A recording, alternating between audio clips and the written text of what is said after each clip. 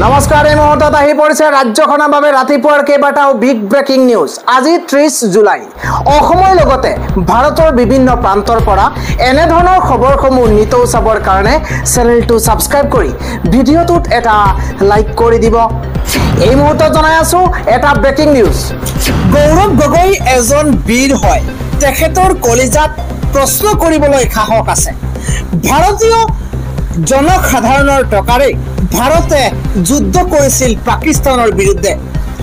গৌৰৱ গগৈয়ে কৰা প্ৰশ্ন ভাৰতীয় ৰাষ্ট্ৰীয় ৰাজনীতিত সোণালী আখৰেৰে লিখা থাকিব।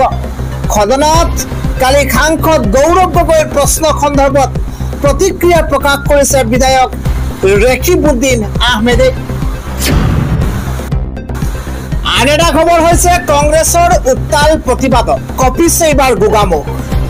মিচিং স্বায়ত্তশাসিত পৰিষদৰ নিৰ্বাচন অনুষ্ঠিত নকৰাক লৈ কংগ্ৰেছৰ তীব্ৰ প্ৰতিবাদ। আৰক্ষী প্ৰতিবাদকাৰীৰ হতাহতি।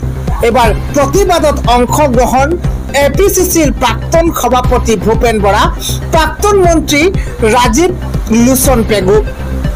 পৰিষদৰ গোগামুখস্থিত মুখ্য কাৰ্যালয়ৰ প্ৰৱেশদ্বাৰ সন্মুখত উত্তাল প্ৰতিবাদ এইদৰে সাব্যস্ত কৰা হৈছে। আন এটা খবৰ হৈছে অসমৰ এজন ৰজাই 2026 নিৰ্বাচনক লৈ ৰাজ্যত উচ্ছেদ আৰম্ভ কৰিছে। উচ্ছেদ অমানৱীয়, সংবিধান বিৰোধী। উচ্ছেদে মানুহৰ মৌলিক অধিকাৰ খৰ্ব কৰিছে। সময় আৰু ৰাইজে এইখন চৰকাৰক কেতিয়াও ক্ষমা নকৰিব। কংগ্ৰেছৰ শুভবুদ্ধি উদয় হোক, সকলো মুছলমানক অখিল গগৈক সমৰ্থন কৰক। এই মন্তব্য কৰিছে, কেইবাটাও মন্তব্য কৰিছে বিধায়ক শ্বেৰমান আলী আহমেদে। আন এটা খবৰ হৈছে ন্যায়ালয়ৰ নিৰ্দেশনা নামানি কিয় চলাইছে উচ্ছেদ? উত্তৰ দিব লাগিব চৰকাৰে। আইনৰ শাসন চলা নাই অসমত, এয়া অসমবাসীৰ বাবে দুৰ্ভাগ্যজনক কথা। মুক্ত আকাশৰ তলত হাতত কিতাপ লৈ কান্দিবলগীয়া হৈছে উচ্ছেদিত পৰিয়ালৰ শিক্ষাৰ্থীয়ে। চৰকাৰৰ বিৰুদ্ধে এইদৰে গৰজি উঠিছে AIUDFৰ বিধায়ক ৰফিকুল হুছেইন। আন এটা খবৰ হৈছে অসমৰ ভূমি বেদখল মুক্ত কৰাৰ স্বাৰ্থত চলি থাকিব উচ্ছেদ। উচতাই জোল খোৱাৰ ৰাজনীতিত ভুল নাযাব। এইবাৰ স্ব ইচ্ছাই উচ্ছেদকাৰীক ভূমি এৰি যাবলৈ সকিয়নি দিছে বিধায়ক দীপ্তিৰঞ্জন শৰ্মাই। আন এটা খবৰ হৈছে অপাৰেচন সিন্দুৰে প্ৰমাণ কৰি দিলে যে ভাৰতক আক্ৰমণ কৰিলে তাৰ পৰিণাম কি হয়। পুনৰ আক্ৰমণ কৰিলে ভাৰতে নিজৰ পদ্ধতিৰে নিজৰ সময় অনুসৰি উচিত প্ৰত্যুত্তৰ দিব। লোকসভাত অপাৰেচন সিন্দুৰক লৈ আলোচনাত প্ৰধানমন্ত্ৰী নৰেন্দ্ৰ মোদীয়ে এইদৰে ডাঙৰ মন্তব্য কৰা পৰিলক্ষিত হৈছে। আন এটা খবৰ হৈছে মোদীজীয়ে বিৰিয়ানী খাবলৈ পাকিস্তানলৈ যোৱাৰ আগতে মই পাকিস্তানলৈ গৈছিলো। অমিত শ্বাহ কিয় এই প্ৰসংগ উত্থাপন কৰিছিল নাজানো। আজি চৰকাৰে ব্যৰ্থতাক মানি লোৱাৰ সময় আছিল, কিন্তু তেওঁলোক অতীতলৈ গ'ল। অমিত শ্বাহজীয়ে ভাৰতীয় সেনাৰ সাহস আৰু দেশ প্ৰেমৰ আঁৰত নিজৰ ব্যৰ্থতা লুকুৱাব বিচাৰিছিল বুলি এইদৰে মন্তব্য কৰিছে গৌৰৱ গগৈয়ে। আন এটা খবৰ হৈছে ডনাল্ড ট্ৰাম্পে 29 বাৰ কৈছে তেওঁ যুদ্ধ বিৰতি কৰাইছে। প্ৰধানমন্ত্ৰীয়ে ইয়াত কওক যে ট্ৰাম্পে মিছা কথা কৈছে। যদি দম আছে সেই কথা ইয়াতেই কওক।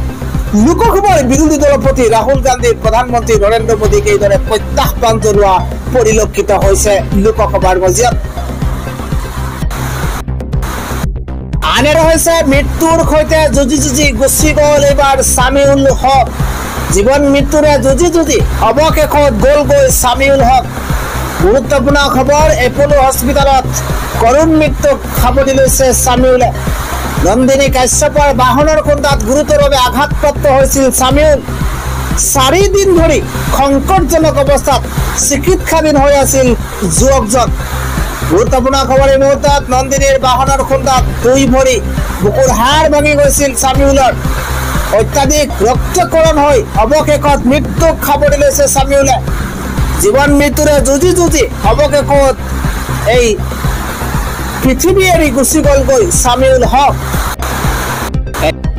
এতিয়া যি গ্ৰেপ্তাৰ হ'ব পাৰে অভিনেত্ৰী নন্দিনী কাশ্যপ আৰক্ষীয়ে ইতিমধ্যে জব্দ কৰিছে দুৰ্ঘটনা সংঘটিত কৰা নন্দিনীৰ বাহনখন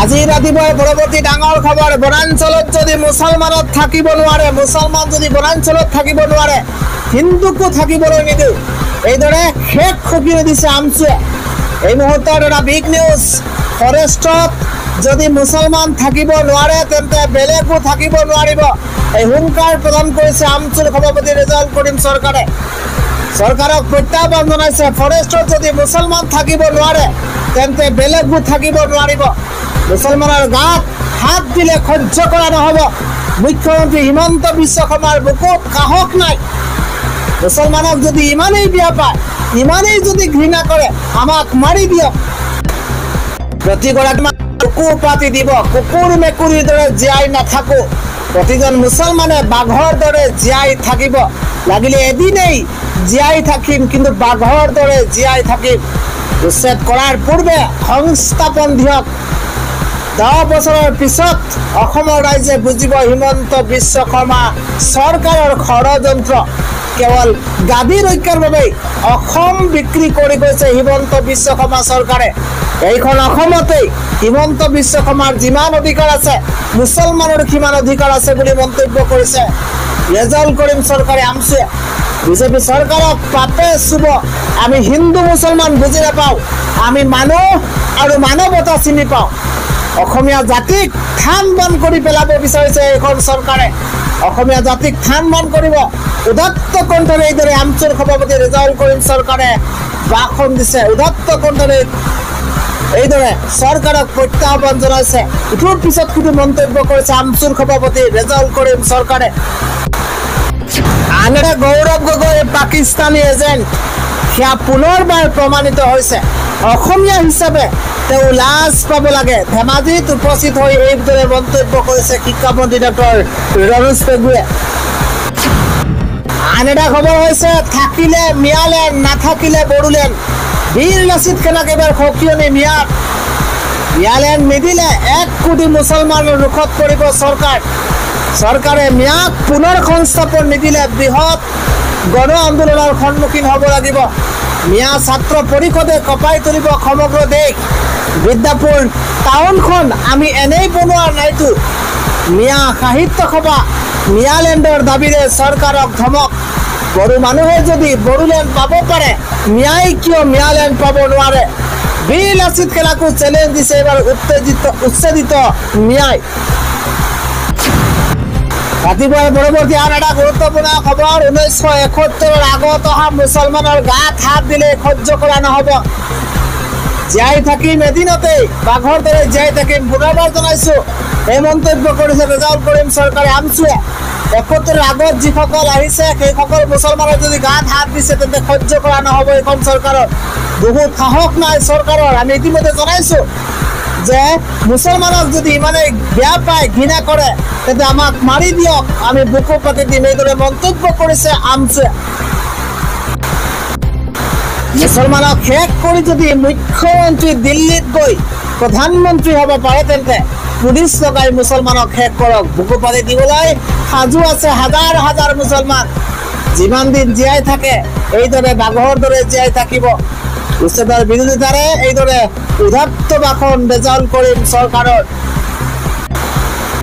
আন এটা খবৰ হৈছে মুখ্যমন্ত্ৰীৰ বিৰুদ্ধে অশালীন মন্তব্য কৰি ভাবুকি দিয়া এইগৰাকী যুৱকক গ্ৰেপ্তাৰ কৰা হৈছে অসম অৰুণাচল সীমান্তৰ কিমিনৰ পৰা গ্ৰেপ্তাৰ কৰা হৈছে এইগৰাকী নাজিৰুদ্দিনক কিয়নো মুখ্যমন্ত্ৰীৰ বিৰুদ্ধে অশালীন মন্তব্য কৰি ভাবুকি দিয়া এইগৰাকী নাজিৰুদ্দিনক আৰক্ষীয়ে গ্ৰেপ্তাৰ কৰিছে